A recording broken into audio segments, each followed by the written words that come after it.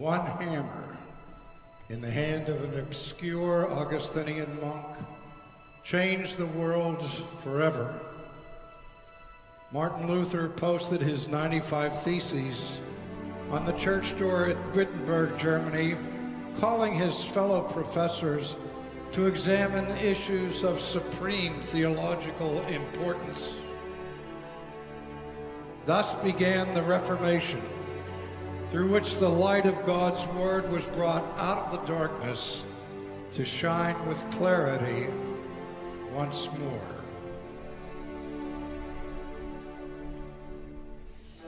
One of the central cries of the Protestant Reformation was this: the just shall live by faith. Luther's development of the doctrine of justification by faith alone recovered the gospel that had been hidden during the Middle Ages. And at the center of that gospel is the affirmation that the righteousness by which we are declared just before a holy God is not our own. It's a foreign righteousness, an alien righteousness, a righteousness that Luther said is extra nos, apart from us. Namely, it's the righteousness of Jesus Christ, that righteousness that is imputed or counted for all who put their faith in him. Because of that affirmation, Luther was involved in serious controversies that culminated in his being brought to trial before the princes of the church and even before the emperor of the Holy Roman Empire, Charles V. And there at the Diet of Worms, summoned in Germany, Luther was called upon to recant his views. He answered his interlocutors by saying, "Revoco? You want me to say revoco? That I recant? I will not recant unless I'm convinced by sacred scripture or by evident reason. I cannot recant, for my conscience is held captive by the word of God. And to act against conscience is neither right nor safe. Here I stand. I can do no other. God help me." In every generation, the gospel must be published anew with the same boldness, the same clarity, and the same urgency that came forth in the 16th century Reformation.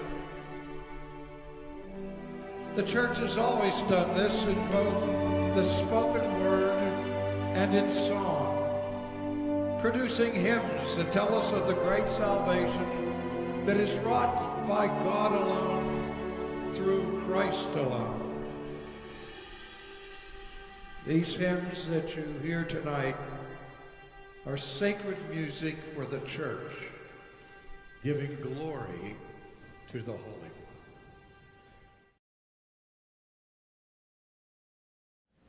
Hace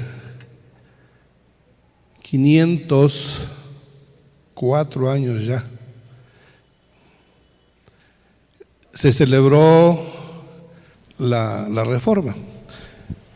Vamos a hablar en el nombre del Señor Jesucristo hoy, sí, acerca de la Reforma, pero también vamos a ver, sí, acerca del Espíritu Santo, pero cómo vemos esa interrelación, porque ciertamente le hemos dado crédito, honor a quien honor merece, ¿cierto?, a los hombres, a los reformadores, a Martín Lutero.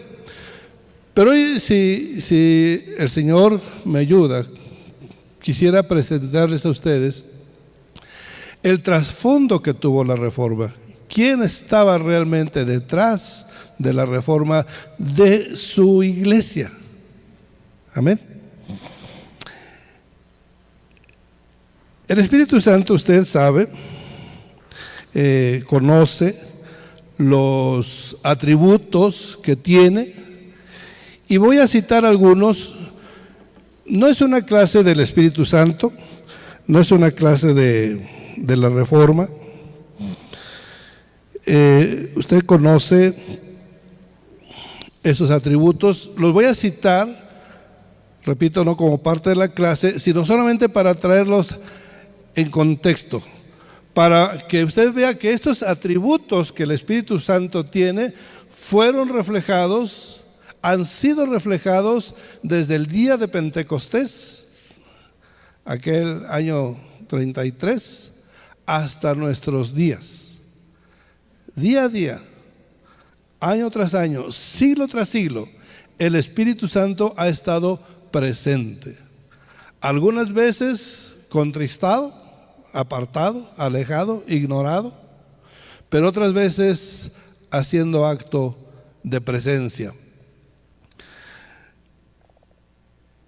Algunos de estos atributos que conocemos, pero repito, vamos a repasar, a traer, para tenerlos sobre la mesa, para tenerlos, usted en su mente téngalos ahí presentes, y sobre la marcha, sobre la exposición que vamos a hacer, usted verá en qué puntos se va a ir haciendo presente.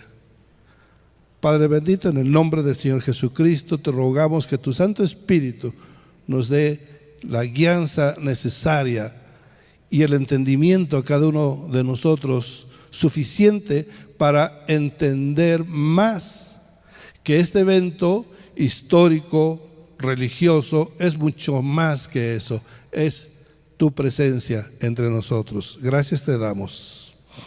El Espíritu Santo es agente, consolador, abogado, instructor, amparador, tiene conocimiento y sabe todas las cosas, enseña, convence, escuadriña, impide, prohíbe, concede, permite, administra, distribuye, habla, nos habla, toma decisiones, guía, anuncia, puede ser entristecido, contristado, intercede, llama, puede ser resistido, mucho se le ha resistido, se agrada, pero también se desagrada, se contrista, dijimos, ¿verdad? Se le puede blasfemar también. Mucha gente lo ha hecho. Pero una pequeña muestra, me gustó no tanto el cuadro en sí, sino el suceso que trajo este cuadro que estamos viendo en la pantalla. Me pregunta, es una muestra de cómo día a día el Espíritu Santo está entre nosotros y a veces nos da acciones que no nos enteramos. Pero mire, por ejemplo, cuando el pastor me concedió este privilegio y me pregunta, ¿qué tema? ¿Qué nombre le vas a dar a tu tema? Y le dije el Espíritu Santo en la Reforma. Entonces, la historia de la iglesia, que es lo que nosotros conocemos después del libro de Hechos, el libro de Hechos se dice comúnmente, ¿verdad?, que son los hechos de los apóstoles. Bien, la continuidad son los hechos de la iglesia y también los hechos del Espíritu Santo. ¿Quién es el Espíritu Santo? Ya citamos una serie de sus atributos. Aquí está un resumen, pero quiero hacer un énfasis, o mejor dicho, un ejemplo solo en uno de ellos. El que nos dice en Hechos 1:8, ¿sí? Pero recibiréis poder cuando el Espíritu Santo venga sobre vosotros. Voy a leer el texto completo. Ya se movió. Recibiréis poder. Ese es uno de los atributos. Y ese es el que quiero tomar solamente como ejemplo. Cuando haya venido sobre vosotros el Espíritu Santo, y me seréis testigos en Judea, en Samaria y hasta lo último de la tierra. Es uno de los versículos más conocidos. Y aquí se está refiriendo en que el Espíritu Santo dará o dio y da hoy y seguirá dando poder a todos los creyentes que le sigan, claro, a la iglesia. Pero ¿en qué forma? Bueno, lo hemos interpretado, lo hemos visto, ese poder sanando enfermos, haciendo milagros. Aquel Simón, ¿se acuerda? El mago que quería el poder que estaba viendo en los apóstoles. Véndeme de ese poder, tu dinero perezca, porque no es un poder que se compra con dinero, tu dinero perezca contigo. Y hay muchas formas en que se manifiesta el poder.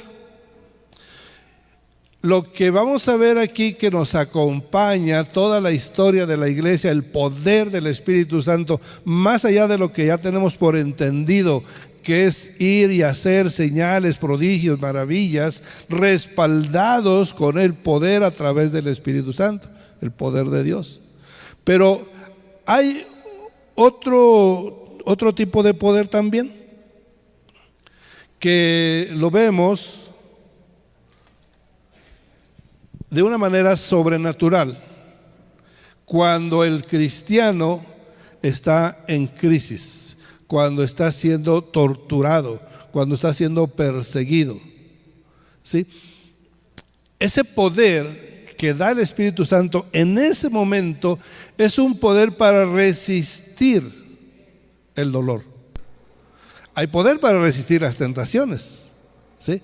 Pero en este caso, y a modo de ejemplo cito, es un poder que de momento viene sobre el cristiano y resiste cosas que sin ese poder no resistiría, ¿sí?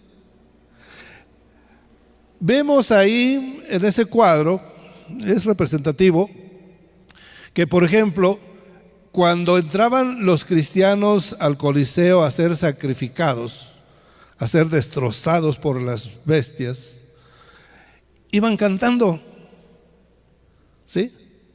Iban cantando himnos, iban con gozo. Hay un escrito por ahí de un escriba de Nerón que dice que a Nerón se le pareció extraño que entraran cantando, hizo una expresión algo parecido a: ¿y estos tontos que no saben a qué vienen y vienen cantando? O sea, eso fue su primer nota de extrañez, ¿sí? Pasa el desastre, no se ve en ningún cuadro. John Fox, por ejemplo, que relata muchísimos cuadros de mártires sufriendo agonía, sufriendo torturas.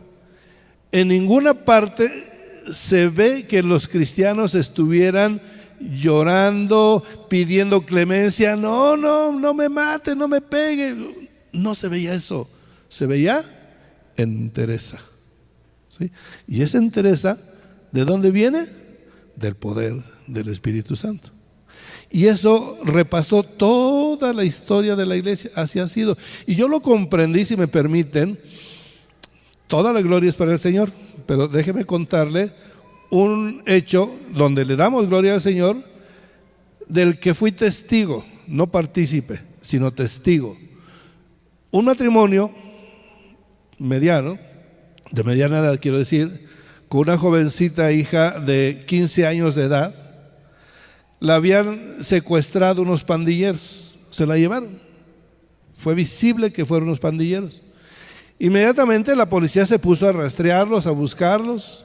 Entonces, imagine usted la angustia en que estaba esa pareja.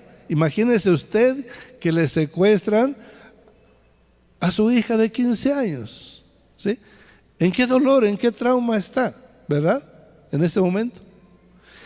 Y estaban esperando que la policía les trajera noticias. Pero obviamente era de esperarse lo peor, porque pues en manos de una pandilla de malvados, ¿sí? ¿Qué podía esperarse una jovencita linda? Bueno, pasan las horas angustiosamente y en un momento en que está la pareja abrazada esperando en la inspección de policía noticias, entra un oficial. Momentos antes de que entrara el oficial, el punto de esta historia es que momentos antes de que entrara el oficial, cuentan los dos, fue testimonio de los dos, aunque el que lo dio en la iglesia fue el varón. Dice el varón que empezó a sentir, en un momento dado empezó a sentir un calor que le venía bajando desde la coronilla de la cabeza, le iba bajando por todo el cuerpo, ¿sí? Iba bajando. Y él, pero esa sensación era como de gozo, ¿sí? Y él se sintió, de momento quiso pensar, ¿qué me está pasando? Estoy sintiendo gozo en este momento y que como que empezaba a sentirse culpable, pero ese gozo era tan grande que le hizo olvidarse de todo y fue bajando ese gozo, ese calor en su cuerpo.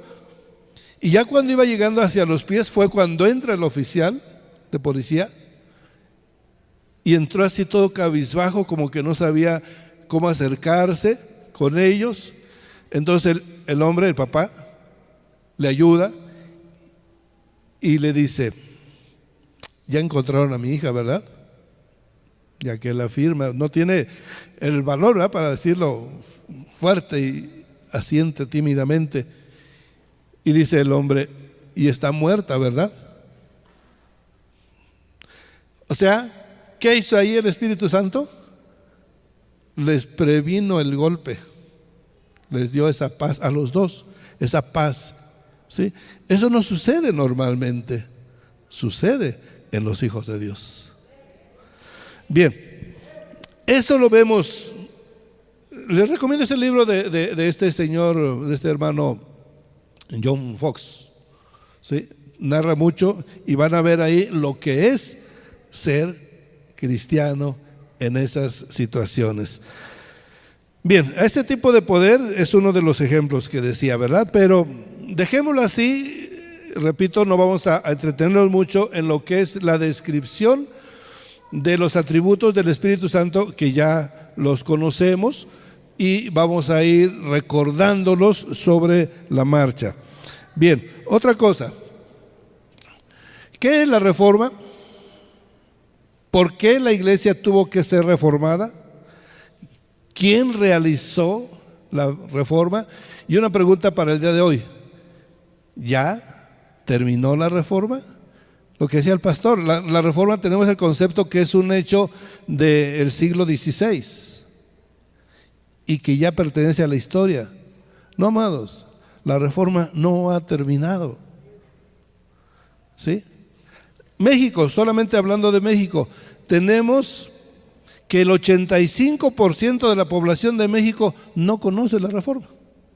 Sigue viviendo en esa oscuridad, en ese oscurantismo, en esa superstición, en esas tradiciones, que muchas de esas tradiciones ni siquiera son tradiciones, ya no diríamos católicas, no, son más atrás, son imperiales, paganas, ¿verdad?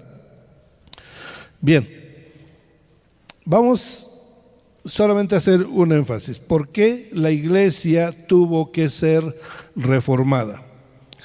El segundo punto, ¿por qué la iglesia tuvo que ser reformada? Y esto, al ver los sucesos que pasaron de la creación de la iglesia, me voy un poquito más adelante, hacia el tiempo de los padres de la iglesia, hasta los tiempos de la reforma, lo vamos a ver aquí claramente, por qué tuvo que ser reformada. Voy a citar un pequeño espacio, no hay espacio de tiempo para profundizar en detalles, pero voy a citar a los padres de la iglesia. Los padres de la iglesia son también personajes, en muchos casos heroicos, no solamente ejemplos, sino que tienen una enseñanza que dejaron a la iglesia. Sin embargo, la anticipo con este texto, 2 Timoteo 2:20, mas en toda casa grande, una casa grande es la iglesia, no solamente hay vasos de oro y de plata, sino también de madera y de barro, Asimismo, unos son para honra y otros para deshonra. Eso se ve en toda casa grande, en toda iglesia, en todo lugar, ¿sí? Unos vasos humildes de barro, otros más preparados, más capaces de oro, etcétera, pero que al final del tiempo unos vienen a ser para honra y otros para deshonra. Ayer casualmente quedé escuchando ahí una narración, no voy a decir el nombre de la persona, pero un personaje de la música que terminó muy mal, empezó muy bien.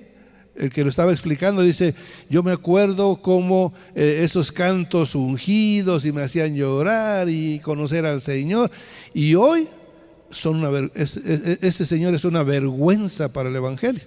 Así lo estaba diciendo. Entonces, esto se reafirma. Todos los días podemos ver esto. Bien, los padres de la iglesia. ¿Quiénes son los padres de la iglesia? O sea, el título padre quizá no sea muy adecuado. Es un título que se le dio posteriormente en la Iglesia Católica, pero que estos padres de la iglesia nos enseñaron. Yo los dividí aquí en 4 épocas diferentes, y de los 4 podemos decir que hay una leve diferencia. Mire, tenemos la iglesia naciendo de Cristo, puro, perfecto, sin mancha, ¿sí? Él deja a sus discípulos, nombrados apóstoles, y este es el periodo apostólico de la iglesia, entre el año 33, que oficialmente surge la iglesia, hacia el año 100 y antes, desde el 70, empieza a haber apologistas, ¿sí? Estos apóstoles, nada que decir de ellos. Los apologistas, mis respetos, son discípulos de los discípulos de Cristo. Y apologista quiere decir que se dedicaron ellos a presentar la defensa del Evangelio frente a las doctrinas de error, a las filosofías, a los errores que se le adjudicaban a la iglesia. Decía, por ejemplo, que el día de la Santa Cena era un día que comían niños, o sea, cosas muy absurdas, entre otras muy intelectuales. En fin, este es el tipo de padres de la iglesia que se dedicaron con su talento que Dios a través del Espíritu Santo le dio a estas personas, se dedicaron en este caso a defender la doctrina. Pero después tenemos otro tipo, más pasado el tiempo, los polemistas. Tenemos aquí una división pues algo notoria. Alrededor del año 200 habíamos dicho que una de las características con el Espíritu Santo es que la gente se pueda alejar de él, lo puede contristar, lo puede ir olvidando. Aquí empieza a suceder que conforme empiezan a traer enseñanzas de afuera, es decir, los polemistas, padres de la iglesia polemistas, vienen influenciados de la filosofía griega o grecorromana, de pensamientos ajenos al Evangelio. O sea, son evangélicos porque siguen el Evangelio, ¿sí? Son cristianos porque siguen a Cristo, son fieles inclusive. Sin embargo, están influenciados por la cultura de la época. Y la cultura de la época muy dominante era la cultura griega. Son los que hasta nuestra fecha tenemos mucho de los griegos. O sea, fue una influencia para todo el mundo muy fuerte. Por tanto, los cristianos de la época fueron influenciados. Mire, aquí vamos a ver un paralelismo.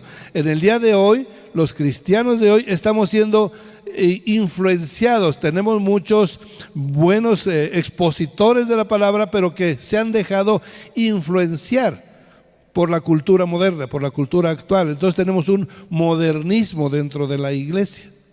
Entonces, esta es una historia que se repite. ¿verdad? Ya pasó y pasó aquí. Entonces estos, a partir de los 200, fíjese, hablando del Espíritu Santo, los primeros dos grupos, los apóstoles, imponían las manos para enviar, para que recibieran al Espíritu Santo. Esa costumbre la tenían, o sea, esa forma la tenían los apóstoles, ¿sí? Y también los padres apostólicos, es decir, los discípulos de ellos. Y todavía se veía en el tiempo de los apologistas. Pero es muy notorio que a partir del año 200, que ya entra, aunque no tuviera nada que ver, pero entra el periodo de los siguientes padres, que son los polemistas, como que hagan de cuenta que se metieron tanto a la polémica que ya se han olvidado de imponer manos, por ejemplo. Ya no se imponen las manos. Es muy raro.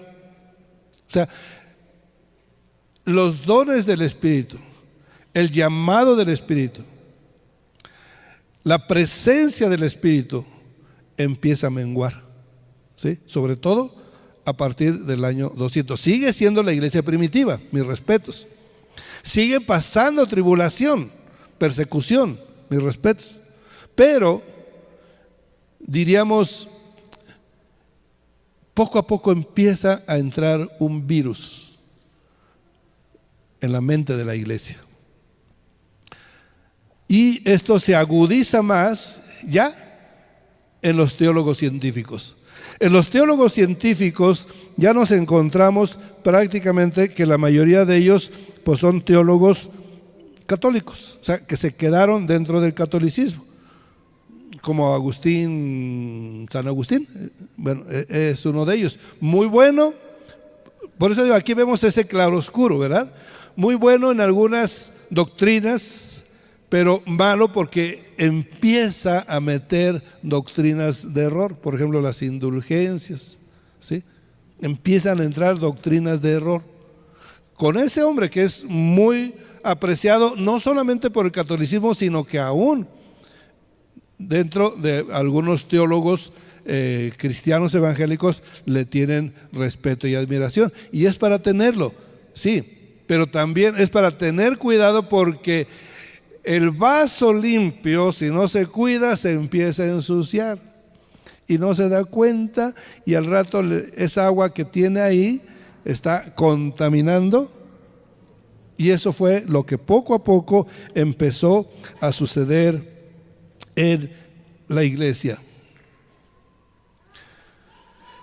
Mire, déjeme hacer aquí un intermedio para explicar esto de los virus.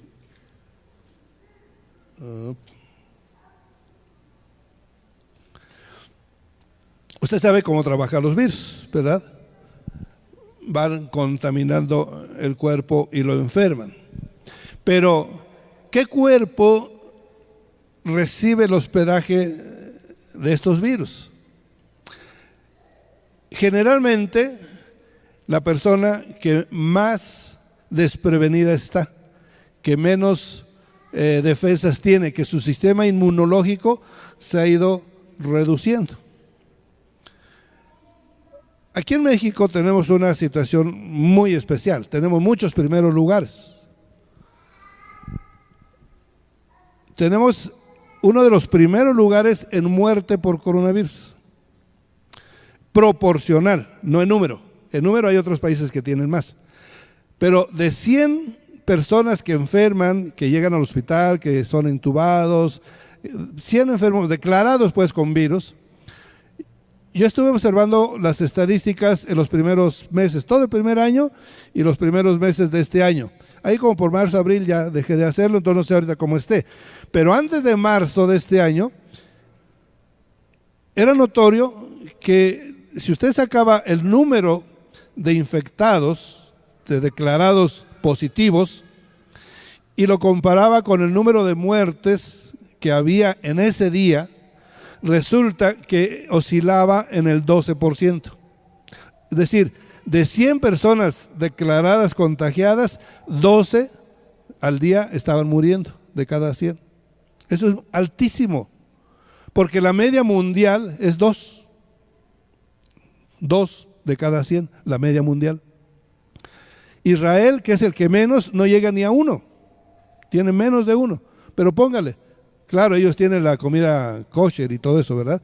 Y nosotros, ¿qué tenemos? Primer lugar en carnitas a nivel mundial. Primer lugar en consumo de refrescos a nivel mundial.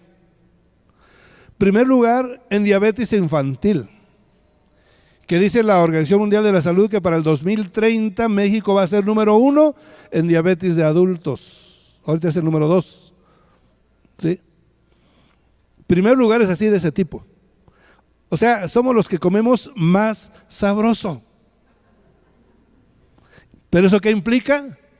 Que nuestras defensas las hemos ido.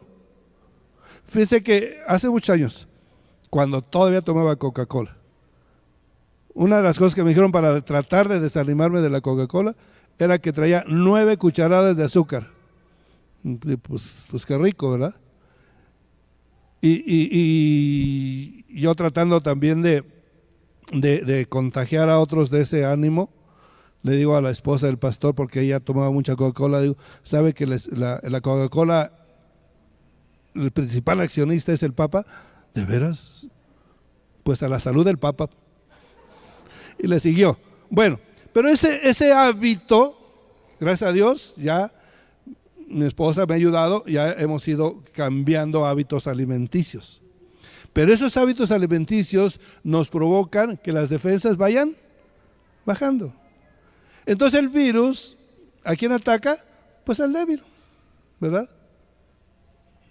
Muchos nos hemos enfermado. Gracias a Dios hemos salido y diríamos al sistema inmunológico. Bueno, ok, entonces, pero eso es para dar la figura del sistema inmunológico físico y de cuál es la consecuencia de tener un sistema inmunológico débil. ¿Qué va pasando? Que vamos enfermando y muriendo. Bueno, lo mismo pasa en el ámbito espiritual. Si en el ámbito espiritual, en este caso, lo que les puse de la iglesia, hagan de cuenta que el sistema inmunológico de la iglesia se fue debilitando. Se fue debilitando hacia estos años. Aquí tenemos abajo los virus, ¿sí? ¿Qué es lo que tenemos en contra? Y ahí tenemos gnosticismo, que eso empezó desde los tiempos de Cristo, ya estaba el gnosticismo, y si se acuerda, el apóstol Pablo luchó contra ellos. Pero después viene otra más, ¿sí? Vienen más factores de contagio, el ebionismo, el mercionismo, el montanismo, y cada vez se va haciendo más oscuro, ¿sí? El arrianismo hasta la fecha lo tenemos. El arrianismo es algo así como Testigo de Jehová, masonería, ¿sí? Donde hay religiosos ahí. Pero algo que decía ya afectó mucho fue la filosofía, ¿sí? La podemos ver como algo bueno.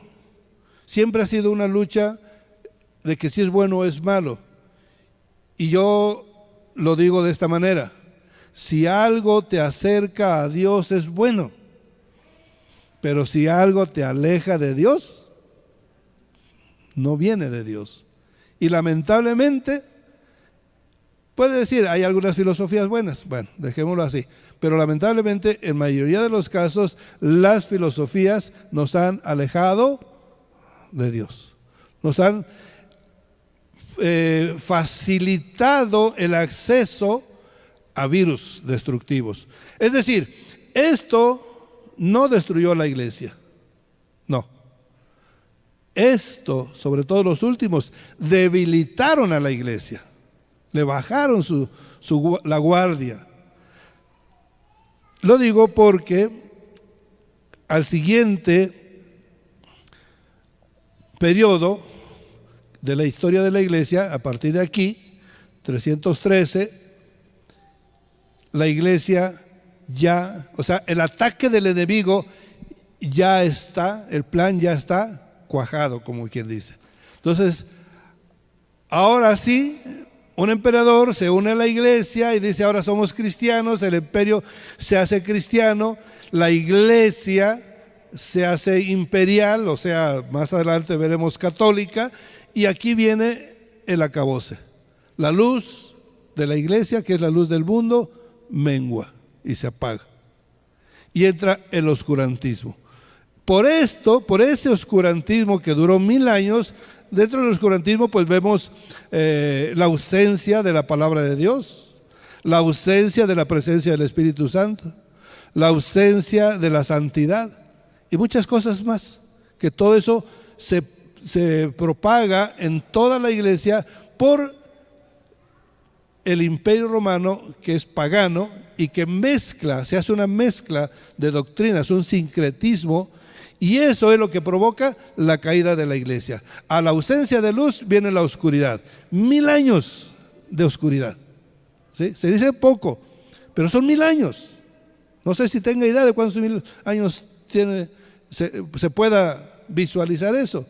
Si usted tiene 50, imagínese, 20 veces su vida en oscuridad.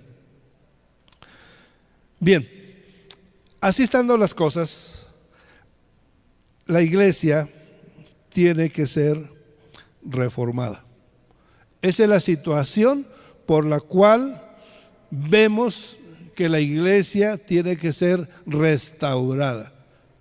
Restaurar las doctrinas, restaurar la Biblia, restaurar la palabra, quitar tantas supersticiones que hay. Eso es a lo que se refería, después de Wycliffe, Juan Hus. Pero empezamos con Wycliffe porque Wycliffe estos dos personajes fueron los precursores de la Reforma. John Wycliffe le dicen que es la estrella matutina de la Reforma. Usted ha visto una estrella, ¿verdad? Cuando empieza a amanecer, así se le llama a Wycliffe, porque él fue el que inició, él fue el primer traductor de la Biblia.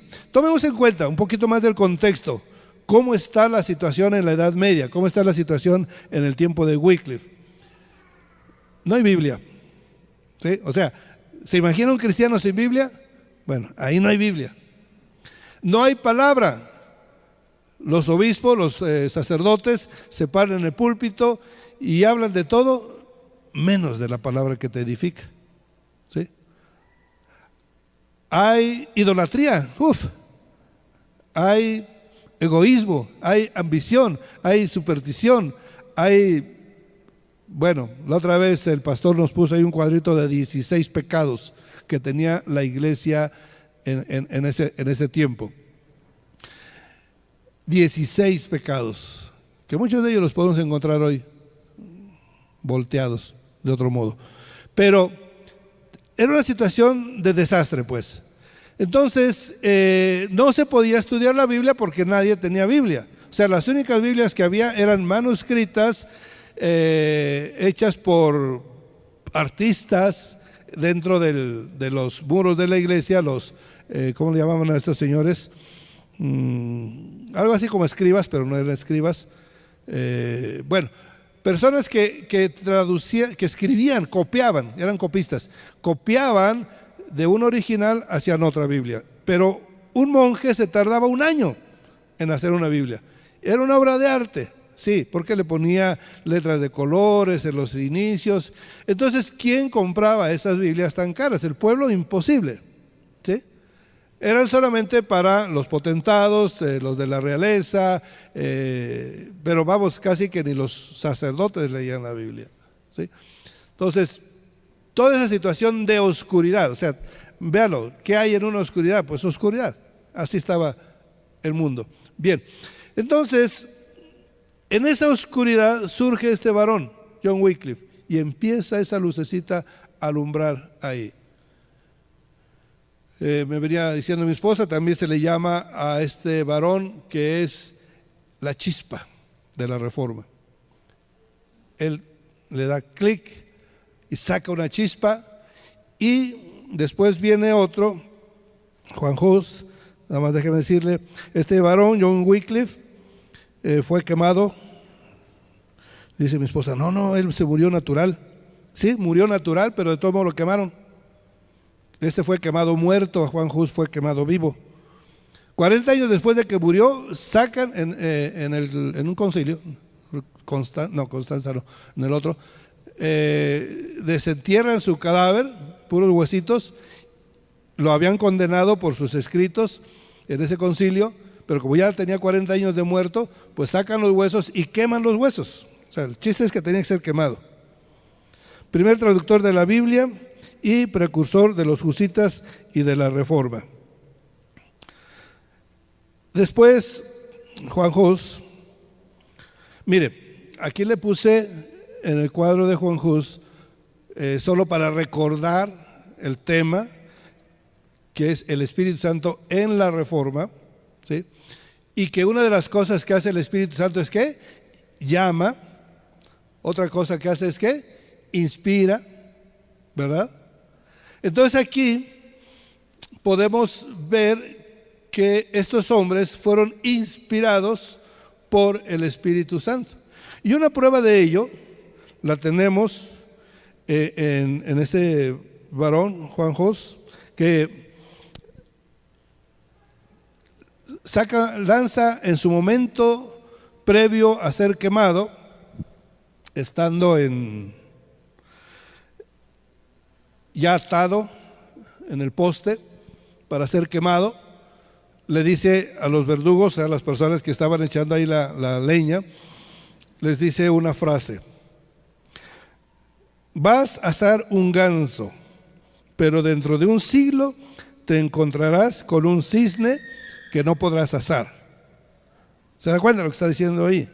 Está profetizando, ¿sí? ¿Y quién da la profecía? ¿Quién da la inspiración? El Espíritu Santo le está diciendo a este hombre las palabras que ha de decir para que queden registradas y se vea la presencia del Espíritu Santo en él. Otra interpretación de esa misma frase: en 100 años, porque esto fue escrito en alemán originalmente, supongo. En 100 años Dios levantará a un hombre cuyo clamor por una reforma no podrá ser reprimido. Como quiera que sea la traducción correcta o es algo parecido, lo que sí está siendo muy claro es que 100 años antes, 1415, se está anunciando la reforma. Me gusta mucho las frases de este Juan Hus. Tiene otra aquí que, aunque pareciera no mucho al caso, pero yo creo que sí. Dice: aquel que le teme a la muerte pierde el gozo de la vida. Es mejor morir bien que vivir mal. Y escuché a un predicador recién que decía que si se deja llevar por el mundo y quiere seguir predicando, se va a dar cuenta demasiado tarde que le ha estado predicando al infierno. Bueno, pero ¿qué tiene que ver esto? Es solamente un empujoncito, mis hermanos, a tener más conciencia de que la muerte del cristiano no es el fin, es el principio. Es un paso de un mundo a otro, si usted quiere verlo así. Pero muchas veces, aún como cristianos, hay temor a la muerte, hay temor al terremoto, hay temor al COVID, hay temores. ¿Por qué? Porque no estamos bien indoctrinados en el Señor. No es para que un cristiano tenga temor, ni ante la muerte. ¿Qué oportunidad es la muerte? Sobre todo si es por Cristo, porque entonces vamos inclusive con galardón por anticipado, ¿verdad? Pero bien, sigamos aquí. Entonces, después de que en 1415 Juan Hus anuncia por inspiración del Espíritu Santo que en 100 años surgirá otro hombre que no podrá ser quemado. Y literal, no solamente surgió, sino que este personaje, Lutero, lo intentaron matar y quemar, ¿sí? Pero no lo pudieron hacer. Vamos a ver un poquito más aquí ya de ello. Lutero fue un hombre preparado por el Espíritu Santo, llamado, ¿sí? Ya era el tiempo. Fíjese que Juan Hus no era el tiempo, o sea, era como el otro Juan, el primer Juan del Nuevo Testamento, Juan el Bautista, ¿sí? Salió a pregonar, a predicar la venida de Jesús. Él no era el Cristo, él estaba anunciando al Cristo. Este Juan no era el reformador, estaba anunciando al reformador. ¿Se da cuenta de la similitud? Y entonces cuando surge este varón, es llamado por el Espíritu Santo. Antes de que él supiera que estaba llamado, no se dio cuenta, pero estaba siendo preparado. Él desde joven sintió el impulso, la inspiración de estudiar teología, de estudiar y llegar a tener sus doctorados, sus títulos. No sabía exactamente por qué lo estaba haciendo, pero él seguía estudiando y estudiando y estudiando.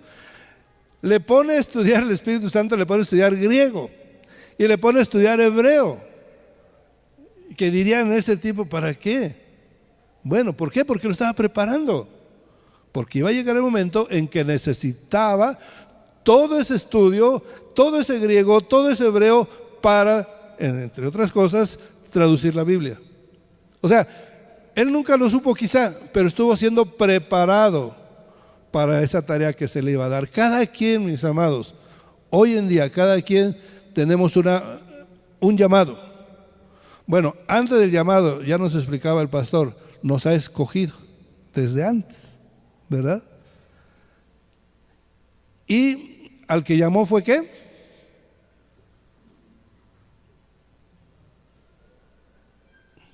Preparado, llamados. Muchos hemos sido llamados. Yo veo al pastor y hace 30 años veía a mi pastor y dije, yo no puedo ser pastor, yo no tengo lo que tiene el pastor. ¿Yo qué soy? No sabía yo qué iba a hacer, porque sabía que no era pastor. Ya lo entendí tiempo después. Por eso, tranquilo en mi trabajo, porque para este trabajo pues sí he sido llamado, estoy consciente de ello también. Cada quien ha sido llamado para algo, ¿sí? Aquí, este varón se le dio a estudiar, se preparó, a pesar de toda su preparación, de que era, ¿cómo le llaman?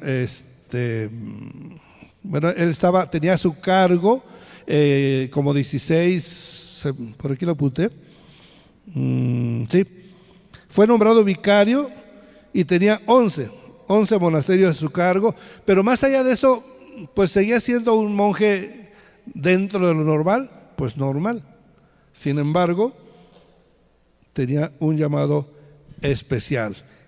Él también le llaman que él tenía la antorcha, es decir, Wycliffe era la chispa, Hus era el carbón y Lutero tenía la antorcha. Y vamos a ver qué hizo con esa antorcha ya encendida. O sea, una antorcha se entiende que ya está encendida para que alumbre, para que dé fuego. Entonces ya fue encendida por los dos personajes anteriores.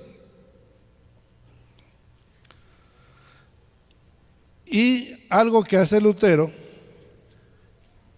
es, con esa antorcha, enciende una fogata.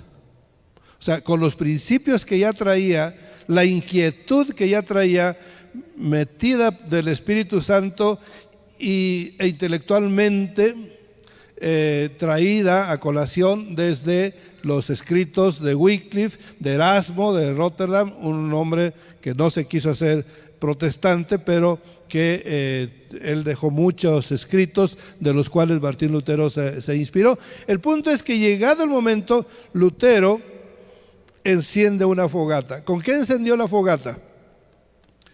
¿Qué es lo que había en sus manos? Decíamos una antorcha, pero ¿qué es la antorcha? Ahí está. Las 95 tesis. ¿Sí? Él era algo así como medio de buscar contienda. Él puso las 95 tesis en la puerta de la Catedral de Wittenberg, donde vivía, las 95 tesis, invitando a sus colegas, a ver, vamos a ver cómo está esto, explícame. Y, o sea, como a contender, pues. Ese era su anhelo, ¿sí? De sacar sus inquietudes en las 95 tesis, decir qué es lo que estaba mal y que debería de componerse, sugerirle al Papa inclusive, no le echaba la culpa al Papa, sino a la gente que estaba alrededor de él, como el caso de Juan Tetzel, que el que andaba vendiendo las indulgencias de una manera muy burda, muy corriente. ¿Sí? La cosa es que, igual que Juan Hus, también él se opuso contra las indulgencias de Juan 23. Y 100 años después, Lutero sale por delante atacando las indulgencias con este Pío X, no me acuerdo su número. En fin, al sacar las tesis y ponerlas en la puerta de Wittenberg, ¿sí? Todo eso tiene que estar, repito, si usted lo va viendo, la presencia del Espíritu Santo llamando, aconsejando, inspirando, moviendo, y ahorita vamos a ver más que hizo. Pero por lo pronto tenemos ahí a Martín Lutero clavando las 95 tesis. Toma en cuenta un factor. Para el tiempo de Lutero, ya la imprenta tenía 70 años que se había desarrollado o inventado por Gutenberg. Antes de eso, en el tiempo de Hus, no había imprenta. La Biblia que escribió Wycliffe, su traducción al inglés, la hizo manuscrita de su puño y letra y de sus discípulos, de los lollardos. Pero ya en el tiempo de Lutero ya había imprenta. Entonces, y también piratas cristianos. Los discípulos de Lutero, cuando ve esto, las empiezan a desprender y se las llevan a la imprenta. Porque ¿qué efecto puede tener las tesis clavadas ahí cuando unos cuantos la van a ver? En cambio, la iniciativa de los estudiantes de ir a llevarla a la imprenta, sacan millares de copias y entonces se extiende, no pierde de vista la fogata. Porque esa fogata, repito, Lutero la enciende con esa antorcha que ya trae cargando, ¿sí? Y se alimenta en primera instancia con las tesis, con las 95 tesis. Pero resulta que esa fogata va a ir creciendo, ¿sí? Va a ir creciendo ahí. Entonces, le voy a... El punto del tema, perdón, el punto del tema central, el punto central, es que vamos a ver por qué tuvo éxito la Reforma con Martín Lutero. ¿Por qué no tuvo éxito con Juan Hus? ¿Por qué dejaron solo a Juan Hus? Ya dijimos, era como un precursor y esa era parte del plan de Dios. O sea, nosotros lo vemos desde fuera y decimos, pobrecito, le tocó morir solo, ¿sí? Pero tenía un propósito divino. ¿Por qué tuvo éxito? Y les voy a resumir solo 7 puntos. 7 es plenitud. Aquí vemos, en esos 7 vamos a ver todo. ¿Por qué hubo éxito? En primer lugar, por el hambre y la sed de la palabra de Dios que la gente tenía. La gente estaba hambrienta, sedienta. ¿Recuerda la mujer samaritana? Sí, Jesús le dijo, para que nunca más vuelvas a tener sed. Pero estos no tenían eso. No tenían la palabra. ¿Con qué calmaban su sed? ¿Con qué calmaban su hambre? No tenían, porque ya lo decíamos, en el púlpito católico no les daban ni migajas, vamos. De alguna manera por la fe, porque Dios mantiene ¿sí?, la iglesia, y hubo gente fiel y gente cercana, o sea, que se apegaba a Dios a pesar de que sus autoridades no le enseñaban correctamente. Entonces la gente tenía hambre y sed. Así que cuando Lutero saca ese rico alimento, ¿sí?, de sus escritos, pues la gente, los intelectuales, los demás sacerdotes, ya me pasé con uno, evidencia de que su iglesia era inmoral y corrupta, van casi de la mano. Este segundo punto nos muestra también algo que también ya estaba en los tiempos de Hus, ¿sí? Ya durante esos 1000 años la iglesia era inmoral y corrupta. Y el punto es que la gente lo sabía. Y hoy lo puedo decir abiertamente porque eso no es un secreto. Hasta en sus diccionarios, tengo ahí un diccionario católico así grueso que habla de los pecados de muchos de sus papas. Entonces eso no es algo oculto, ahí está. Entonces la gente estaba pues asqueada de eso, ¿verdad? ¿Cómo que este es un sacerdote y tiene 5 hijos con mujeres diferentes y cosas así, ¿verdad? Sacándoles dinero y todo. Entonces eso era evidente para el pueblo y el pueblo pues lo sabía. Bueno, un factor muy importante, sí, ahí, un factor muy importante, decía hace un momento, no había Biblia, pero unos 70 años antes de Lutero, Juan Gutenberg desarrolla la imprenta. No está considerado como uno de los reformadores. Yo siempre lo pongo entre los reformadores por su papel tan importante de Juan Gutenberg. Tan importante que la misma ONU, la Organización Nacional, ¿cómo? La Organización de las Naciones Unidas, lo tiene considerado a Gutenberg como el hombre más importante, no de su siglo, de su milenio. Es decir, del año 1000 al 2000, Gutenberg es el hombre más productivo que ha tenido la humanidad.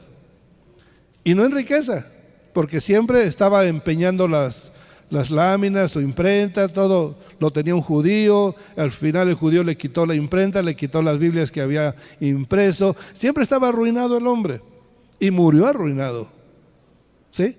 Pero ¿qué legado dejó? Ese legado, esa imprenta, prueba de que él era un creyente fiel, es que el primer libro que imprimió en su imprenta fue la Biblia de 42 líneas. Todavía existen por ahí unos 9 ejemplares, ¿sí? Entonces, el haber surgido la imprenta equivale a que surge prácticamente la Biblia. La Biblia existe, de la palabra de Dios existe desde el principio, pero me refiero a que el pueblo no la conocía. Sabía que por ahí existía, pero no la conocía. Entonces, cuando la imprenta empieza a producir Biblias, llega el momento, en esos 60, 70 años, que ya casi todas las ciudades de Europa tienen su imprenta. Entonces, aquí vemos que las palabras que está dando Martín Lutero, ahora sí, que tipo Bereano, ya tenemos una Biblia para confirmar, tiene razón. Entonces, ¿qué nos han estado enseñando? Eso propicia entonces que la gente se vuelque sobre la Biblia. En Cristo empiezan a hallar esa luz perdida. Cuarto punto, surgen traductores de la Biblia. Porque, si nada más hubiésemos tenido una Biblia, la Biblia que existía en Europa era en latín, la Vulgata latina, o sea, un latín a nivel del pueblo, pero de hace siglos.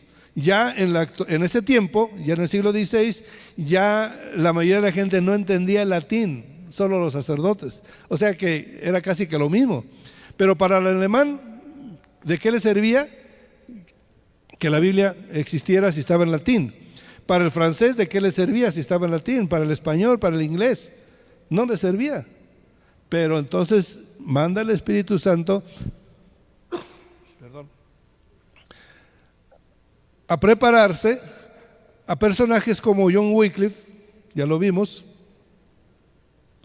a personajes como este alemán Strasbourg-Heinrich, a William Tyndale, que la traduce al inglés, a Martín Lutero, que la traduce al alemán, a Louis Robert, conocido más como Olivetan, francés, Olivetan, este era francés, tradujo la Biblia al francés.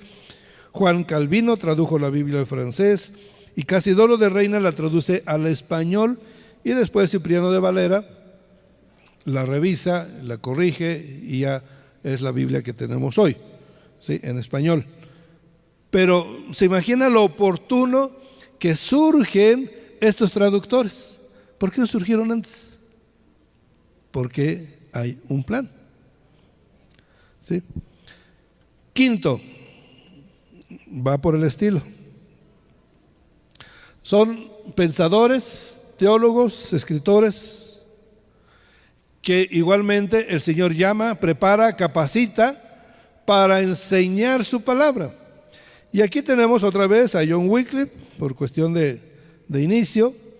Vimos también a Hus con los husitas, a Zwinglio en Suiza, a Erasmo de Rotterdam, holandés, Juan de Valdés, italiano, Martín Lutero, alemán. Bueno, Juan de Valdés era español y se fue a Italia. Thomas Cranmer, inglés. Philip Melanchthon, alemán. Juan Calvino, francés. John Knox, escocés, entre otros, ¿verdad? Entonces, ¿qué estamos viendo aquí? Otra camada, ¿sí?, de pensadores, de intérpretes de la palabra de Dios, de enseñadores de la palabra de Dios, y entonces se va enriqueciendo el ambiente. Bueno, es el quinto, y vamos al sexto. ¿Se fijan ahí dónde está Lutero? ¿Dónde apareció Lutero en todo lo que vimos? Apenas en un renglón, ¿sí? No fue el único. Mis respetos para Martín Lutero, pero no fue el único. Fue un instrumento entre muchos más, que él fue, diríamos, el que le tocó ir a prender la antorcha, ir a prender la fogata, ¿sí?, como al Pípila allá en Guanajuato. A ese le tocó ir a prender la puerta para que entraran. Él no venció a los españoles de Granaditas, de la ¿cómo se llama ahí? El museo, a la Alhóndiga de Granaditas. Él no venció, él solamente fue comisionado para ir a encender la puerta y echarla abajo y que pudiera entrar el ejército. Así Lutero, él fue comisionado por el Espíritu para encender la mecha, ¿sí?, y esa fogata va creciendo. Bueno, ese fue el quinto. Ahora el sexto. El sexto es circunstancial, diríamoslo así. Circunstancial, que en el tiempo, recuerden la fogata, no lo olviden, que en el tiempo en que la fogata va creciendo, pero sigue siendo una fogata, grande ya, ¿sí? Pero todavía no es un incendio, pero ya es una fogata grande. Sigue creciendo esta fogata, pero ¿por qué no la apagan? Porque el Papa y los reyes son distraídos de Lutero. De momento, por pausas, se olvidaron de Lutero, de sus herejías, de los demás que estaban con él, y van a atender este asunto que es una amague, una amenaza de que otra vez los islámicos van a invadir Europa, España, quieren recuperar España, porque los musulmanes, una parte de su doctrina es que donde ellos ya han sido dueños, son dueños por la eternidad, ¿sí? Es decir, España, 700 años fueron invasores en España, tiempo más que suficiente para decir esta tierra es mía, al andaluz, ¿sí?, así se llama. Esta tierra es mía. Los echaron fuera, pero eso no significa que hayan perdido su tierra, sigue siendo su tierra. Entonces, ¿qué querían hacer? Volver a recuperarla, y hasta la fecha. Y de hecho la están recuperando ahora, de otra manera, pero la están recuperando, porque España es de ellos. Bueno, pero en ese tiempo trataron de invadir España, berberes les llaman, ¿verdad? O más comúnmente, no sé si usted ha comido moros ¿Cómo se dice? Moros con cristianos, o sea, arroz con frijoles, ¿sí? Los moros son estos, esos son los moros, los árabes islámicos, ¿sí? Que querían venir a matar cristianos, invadir España. Finalmente no se hizo, como que fue una mague nada más, pero qué oportuno, ¿sí? Cuando aquellos jerarcas tenían que distraerse y olvidarse de Lutero. Cuando ya eso se conjuga y no pasó nada, voltean a ver a Lutero y wow, ya no es una fogata, ya es un incendio, ¿sí? Entonces quieren apagarlo. Y ahí viene la situación a tratar de calmarlo, de apagar ese fuego. Obviamente ya nunca se pudo apagar hasta hoy. Bueno, último punto. Este es muy importante también. Aquí pongo a los príncipes alemanes. Recuerden que Europa, o parte de Europa, era un imperio. Bueno, dicen que era un imperio porque me parece que fue Voltaire el que dijo que ni era imperio, ni era sacro, ni era romano, porque se llamaba Sacro Imperio Romano, ¿sí? Ni era sacro porque nada de santo tenían, ¿sí? Ni era imperio porque eran unos cuantos reinos por ahí y el emperador pues casi que de chocolate, Carlos V.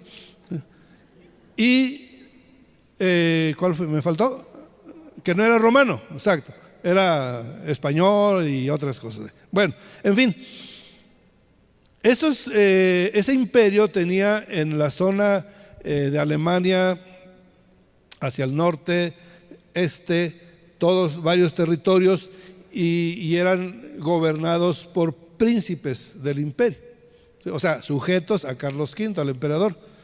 Pero resulta que se habían convertido a Cristo estos hombres, ¿sí? Habían tomado el evangelio como lo trajo Martín Lutero. Él les predicó ciertamente, ¿sí? Pero ellos creyeron por sí mismos que ciertamente Jesucristo es el Señor y que no un papa es el Señor. ¿Me explico?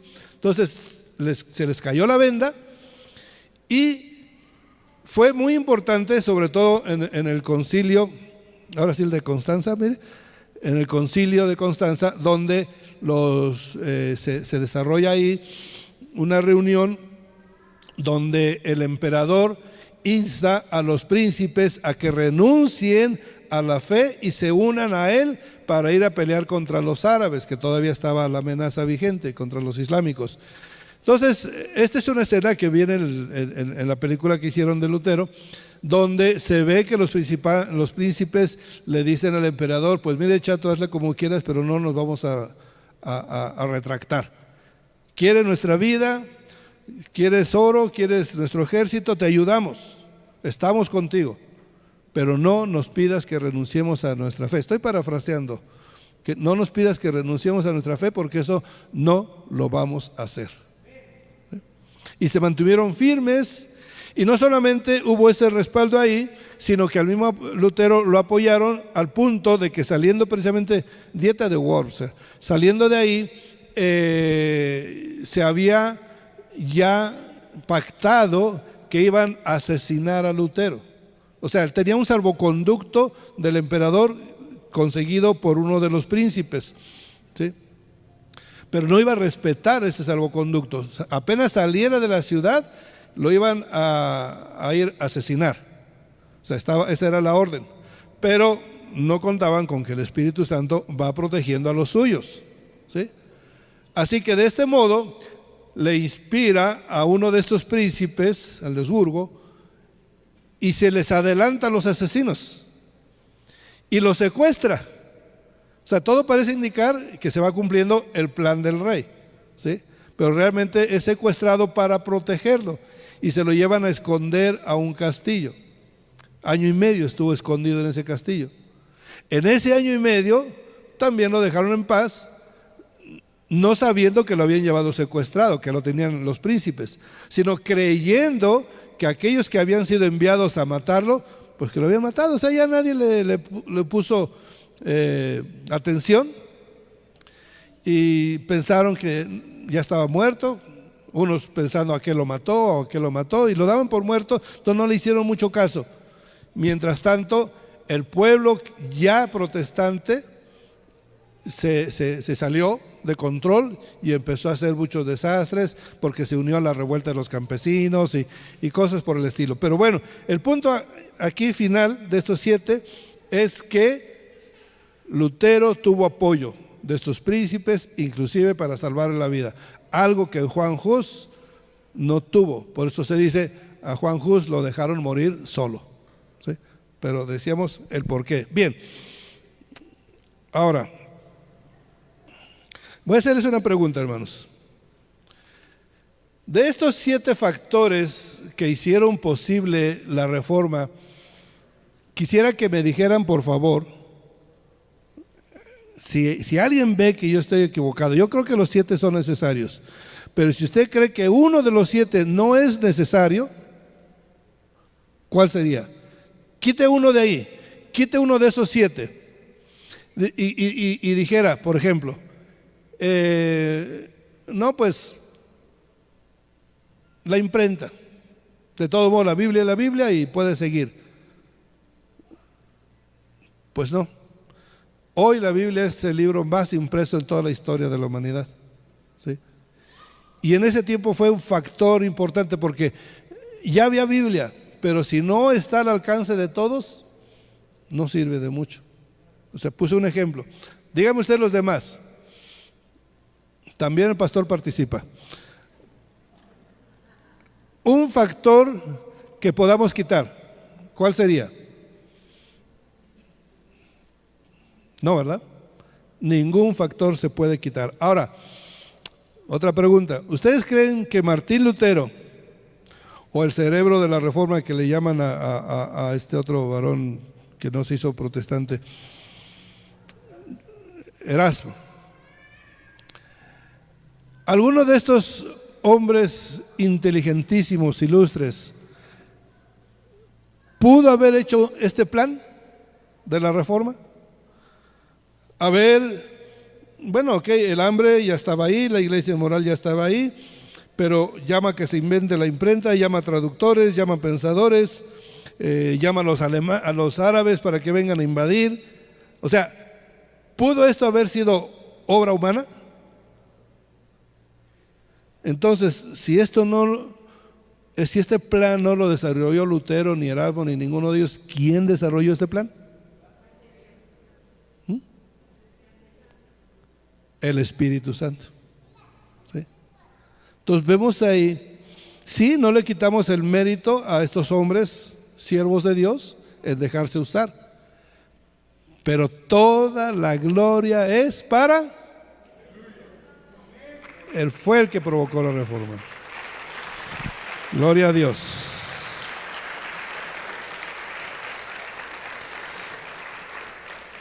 Entonces aquí vemos la sombra del Espíritu Santo sobre todo ello. Y bueno, he terminado, sin embargo, déjeme plantearle 2 breves historias más. Breves, es promesa.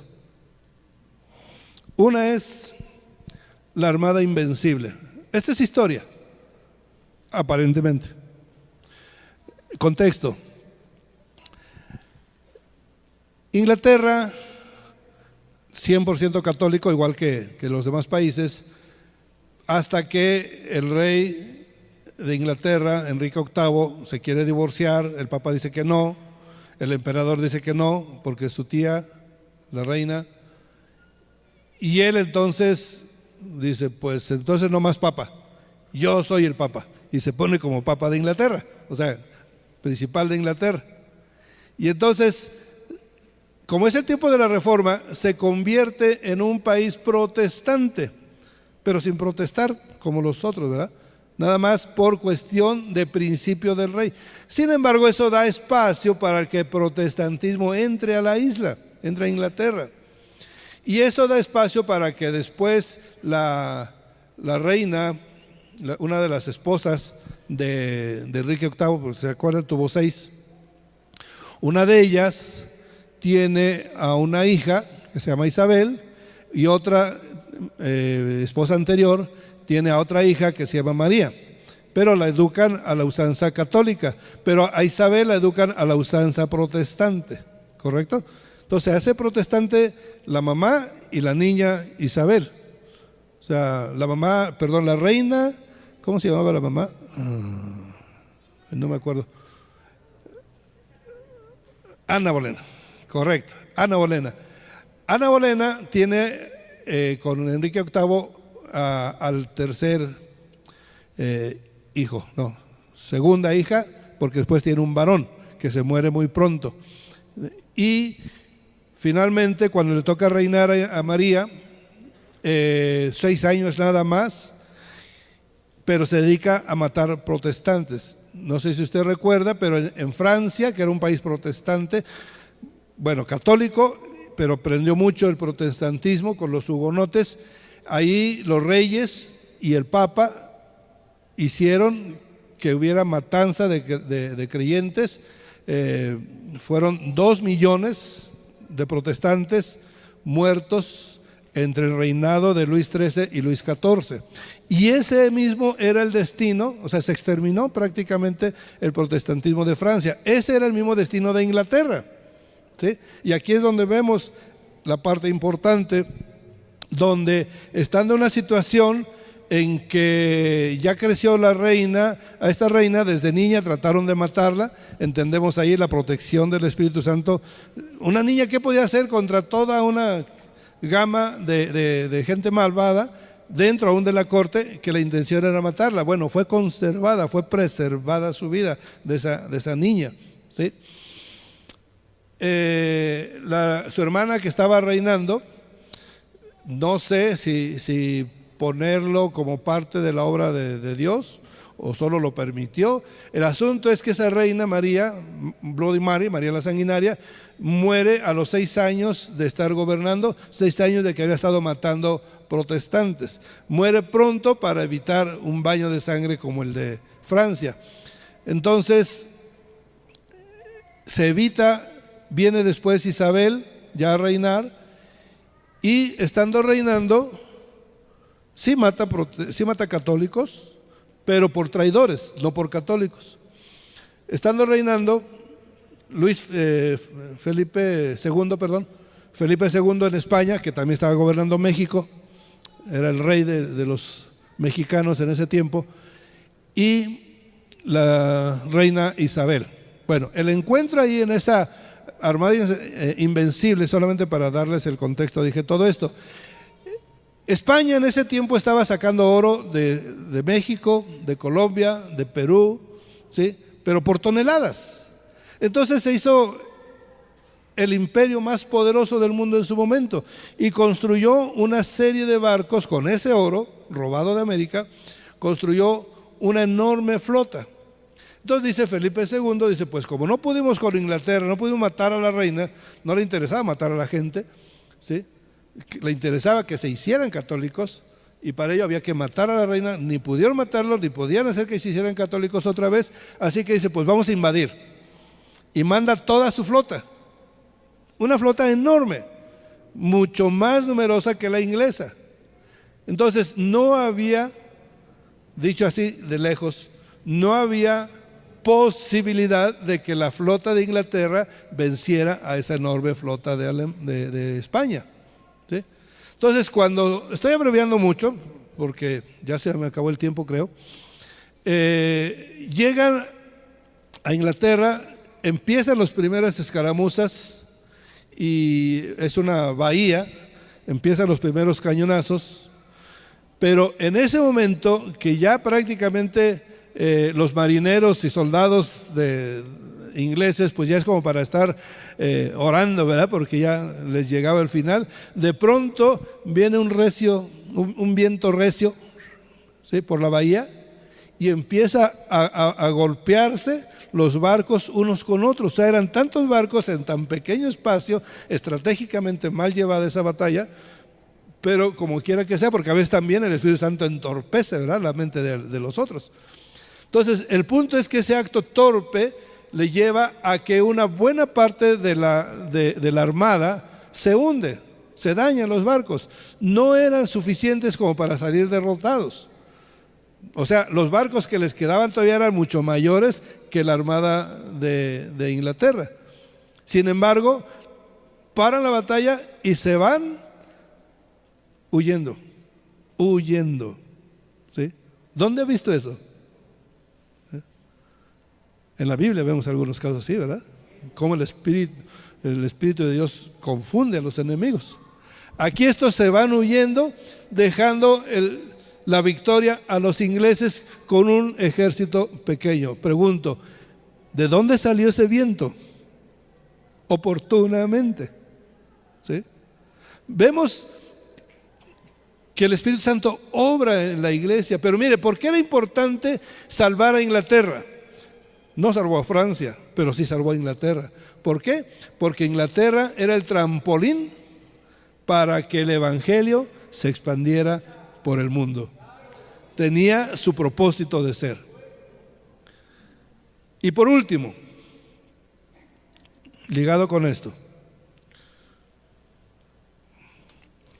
aquí vemos otra vez, es el mundo. A mí me da la impresión como que la mano poderosa de Dios, del Espíritu Santo, cubre el mundo. Pero déjenme mostrárselo en esta figura. El evangelio inicia aquí, en Jerusalén, y ahí tenemos el primer avivamiento, ¿verdad? Con Pedro, etcétera, y llega a todo el imperio romano. Toda esta mancha es el imperio romano. Ese es el primer avivamiento.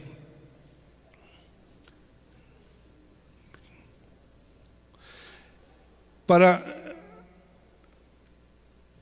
el segundo avivamiento, que surge en Alemania en 1517, pues ya vimos, ya conocemos, hubo una camada de reformadores que trabajaron para que se diera, o sea, en compañía con el Espíritu Santo, porque es el Espíritu Santo el que provoca el avivamiento, ¿sí? Y se sirve de siervos, y entonces ahí tenemos un segundo avivamiento, y este es en toda Europa, con lo que es la reforma. Y no para ahí, decíamos que Inglaterra habría sido el trampolín, ¿sí? Inglaterra se convirtió durante siglos en la capital del cristianismo. Lamentablemente, hoy es capital del satanismo. Pero el evangelio salió y llegó a América del Norte. En América del Norte sabemos que viene otro avivamiento.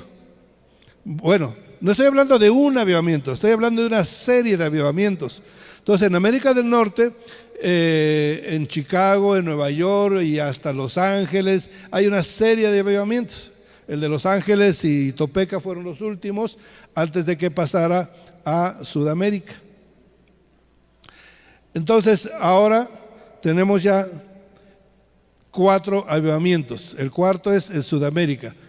Si se fija ahí, observa un poquito el mapa de México, le tocó la colita del de arriba y el principio del de abajo, pero México en su mayor parte quedó sin grandes avivamientos. Por grandes avivamientos me refiero cuando son millones en una asamblea, ¿sí? O muchísima gente, como lo fue después en Colombia, en Cali, en Buenos Aires, en Santiago, ¿sí? Todo eso se fue dando en los grandes avivamientos por series, no es un solo avivamiento, son series. ¿Dónde están ahora los avivamientos? En África. Hoy tenemos en África,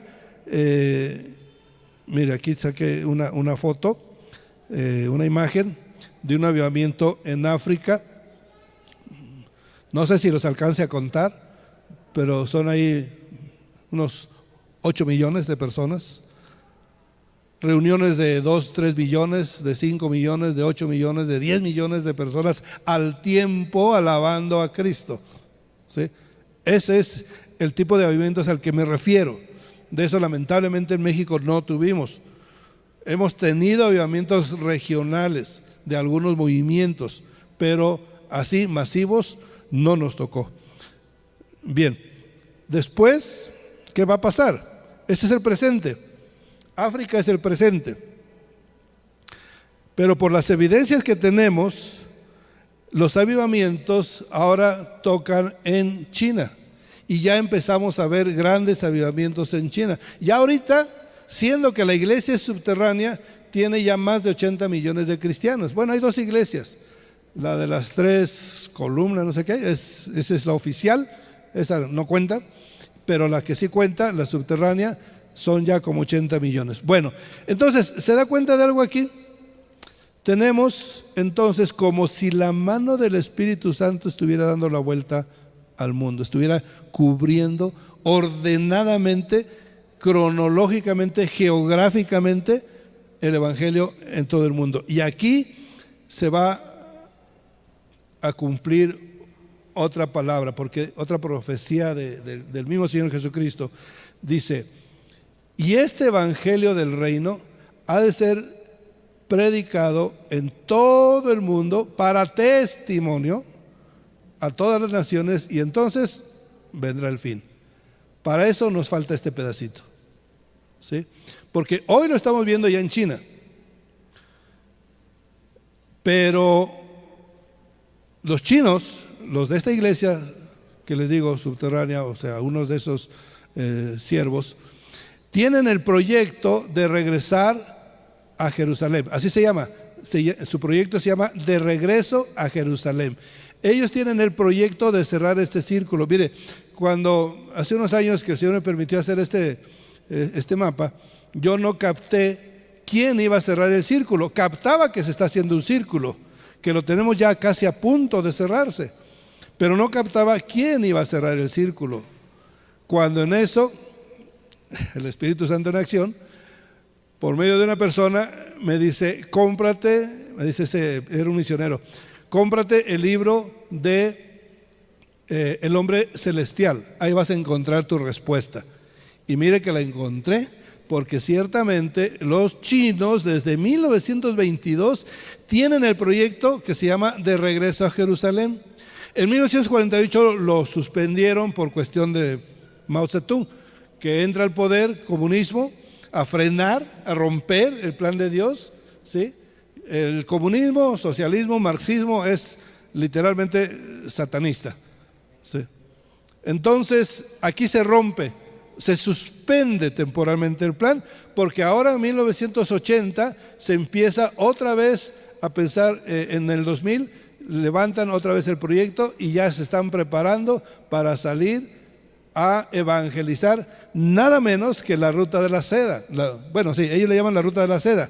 Nosotros la conocemos como la ventana 1040, donde están musulmanes, hinduistas y budistas. Lo más duro de ser evangelizado les tocó a nuestros hermanos chinos. ¿Se imagina que hubiera mandado a los mexicanos para acá? O sea, él sabe a quién manda, ¿verdad? Estos amigos, estos hermanos son así metidos en su tarea, así les vaya la vida. Ellos con la mano en la cintura dicen: yo voy, pero pues a ti te toca salir en marzo, pero no sé cuándo te toque regresar. Es decir, los que salen de China para esta misión no saben si van a regresar. O sea, están como los de la iglesia primitiva, dispuestos a morir por Cristo, ¿sí? Por ello les dieron a ellos esta tarea de regreso a Jerusalén. Y entonces sí, ahora sí, versículo 14 de Mateo 24, ahora sí vendrá el fin. Hoy estamos en principio de dolores. Mateo 6 dice: aún no es el fin. 24:6, aún no es el fin. 8 es apenas el principio de dolores. 9, 10, 11 empieza a prevenir. Y el 14, ahora sí, entonces vendrá el fin.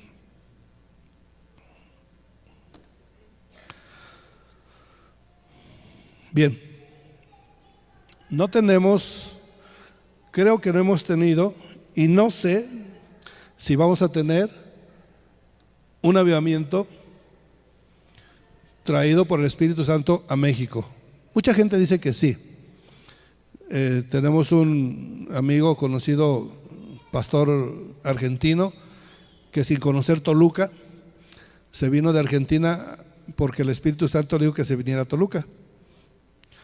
Y él se vino y él está con la idea de que va a haber un avivamiento, y por eso fue que se vino. Muchos como él piensan que va a haber un avivamiento. Algunos dicen que en México, o que en Tijuana, o que en Mexicali, que va a haber un avivamiento. Yo no sé si va a haber un avivamiento, ¿sí?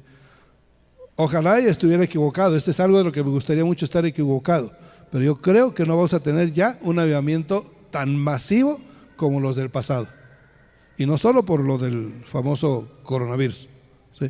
Sino como que la mano ya pasó y nos deja a la tarea de tener avivamientos regionales,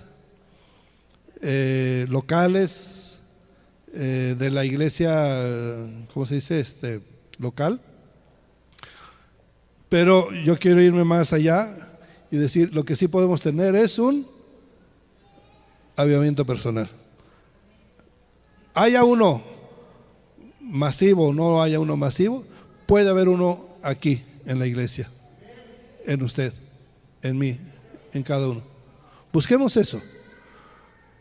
Busquemos eso, porque fíjese que el Señor Jesucristo en Apocalipsis 15, no, corrijo, 3:19, bueno, para no buscarlo así rápido, 3:19 dice: arrepiéntete, ¿sí? O sea, esa palabra, arrepiéntete, es la segunda vez que la usa, pero la usó al principio. Arrepiéntete y bautízate. ¿Arrepiéntete de qué? De tus pecados, para que seas salvo, ¿verdad? Pero aquí ya está hablando a la iglesia, ya no le está diciendo a la iglesia que te arrepientas para ser salvo. Entonces, ¿de qué se ha de arrepentir la iglesia? Estamos hablando de la Odisea, la iglesia del tiempo de hoy, la iglesia tibia. Y si la peculiaridad de la iglesia de la Odisea es tibieza, entonces, ¿de qué está diciendo el Señor Jesucristo? Arrepiéntete de tu tibieza, ¿sí? Arrepiéntete de tu tibieza. Sé celoso. Ese es nuestro mandato de este versículo. Sé celoso y arrepiéntete de tu tibieza. El Espíritu Santo, mis amados, ha estado con la iglesia todo el tiempo. Que los hombres creyentes se hayan alejado del Espíritu Santo, lo hayan contristado, lo hayan apartado. No me gusta más el modernismo, me gusta más el pare de sufrir. Eso ya es otra cosa. Pero Él ahí está. He aquí, yo estoy a la puerta y llamo. Y si tú quieres entrar, entraré a Él y cenaré con Él y Él conmigo. ¿Se da cuenta de que lo está particularizando? No le está hablando a toda la iglesia, le está hablando a usted, a mí, en forma individual. Arrepiéntete, ¿sí? Y entra y cenarás conmigo. Entonces, ¿qué tenemos nosotros? ¿Cuál es nuestra función hoy? Uno decía hace un momento, la reforma no ha terminado. Terminó aquella etapa y ya lo vimos en los avivamientos, y ya lo hemos visto con los diferentes reedificadores de la iglesia, ¿sí? Han tenido cada quien su tiempo, pero hoy no ha terminado. El 85% de los mexicanos no conocen la reforma. ¿Y qué creen? Que Martín Lutero ya no está aquí, ¿sí? Entonces, ¿quién sí está? ¿A quién le toca? ¿Verdad? Celosos, consagrados, en santidad. Él nos quiere santos, apartados. ¿Sí? No lo contristes. Todo cristiano, cristiana, dice un un maestro de la iglesia: no te es lícito ver lo que no te es permitido hacer. Las vidas de telenovela, por ejemplo, no te es lícito hacer esa vida, entonces no te es lícito verla. La pornografía, no te es lícito practicarla, no te es lícito verla, etcétera. ¿Qué es lo que quiere el Señor? Santidad, obediencia, más que sacrificio, obediencia quiero. Padre bendito, Señor del cielo, gracias por este momento que nos has dado. Agradecido, Señor, por tu palabra. Rogándote bendigas a cada uno de mis consiervos, hoy y siempre, y a su pastor y ministros. Gracias, Padre. En tus manos estamos. Bendito seas.